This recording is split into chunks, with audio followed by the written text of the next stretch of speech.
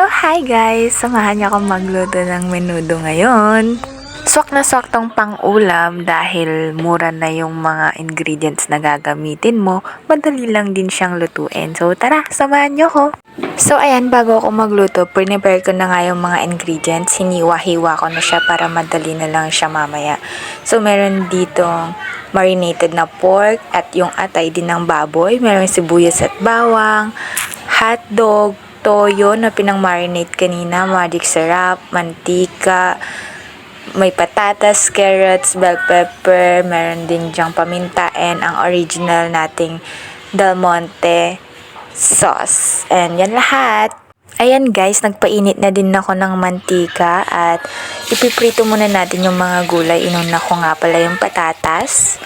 Yan, prinito ko lang siya para hindi ganun kadaling mapanis. You know what I mean, basta ganon. So, ayan. Pagka-prito, inango ko na. At syempre, fast forward para mabilis. And then, sinunod ko na yung carrots. Yan, ganun lang din yung process. Iprito lang siya, halo-halo. And then, hahanguin na natin. Yan, pinaghalo ko lang siya ng lagayan ng patatas. So, yun. Pagkatapos sinunod ko na nga yung hotdog. Ayan, prinito ko lang din siya.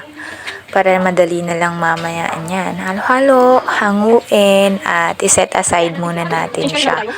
Pagkatapos niyan, naggisa na ako ng sibuyas. Sinuna ko yung sibuyas. Yan, at sinunod ko na nga dyan yung bawang. Ano po? Ayan, bawang. Pagkatapos niyan, ginisa ko lang sila para maluto. And yan, sinunod ko na nga dyan yung meat. So, ayan, marinated pala yan. Nilagyan ko lang ng toyo and paminta. Binabad ko ng mga nasa 1 hour siguro. At yan, ginisa ko na nga. Ayan, hinayaan ko lang din siyang magisa sa sarili niyang mantika ng ilang minuto. So, yan, hinayaan ko lang siyang ganyan at tinakpan ko muna. Pagkatapos ng ilang minuto, halo-halo lang. So, kung mapapansin nyo, nag-iba yung ating setting dyan. So, basta yon. Tapos, sinunod ko dyan yung atay. Balit, dinusog ko lang yung pork at para magkaroon ng space sa atay para maluto siya. And yan, winait ko lang na maluto siya. And, onting alalay lang ng paghahalo para hindi ganun masunog. So, yun, ganun lang. Hanggang sa ma-feel nyong luto na siya, ipaghalo nyo na siya. So, yan, halo-halo. More on halo-halo tayo dito, guys. Ayan na, muntik pa nga natin masunog at tumikit na sa kawali.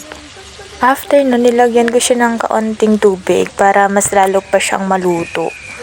So, yan, hinalo-halo ko lang din. Tapos, sinayaan kong kumulo para maluto talaga siya.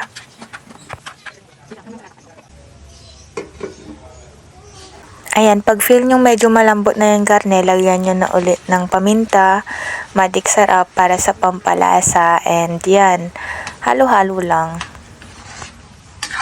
Sabi ko naman sa inyo, more on halo-halo ang video na to.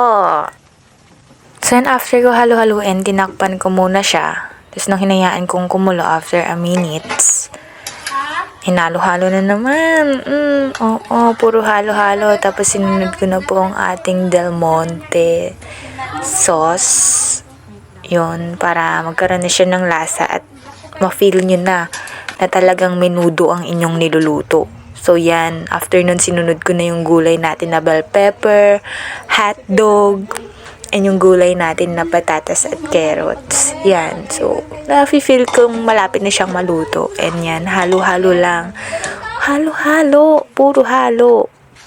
So, ayun, after kong ihalo-halo, tinakpan ko lang siya. Tapos, inantay kong maging ganyan ang kanyang consistency. So, yan. Malapit na talaga siya maluto. And after a minute, tadan! Luto ng ating menudo! Ayan, dahil luto na nga ang ating menudo, pwede na tayong kumain. Tignan nyo naman. Tsak na taob ang kaldero. That's it. So, ayan, syempre, titikman na natin ang ating niluto. First bite. Rawr. So, ayun, okay naman siya para sa akin. Kaya ano pang iniintay nyo? Magluto na din kayo.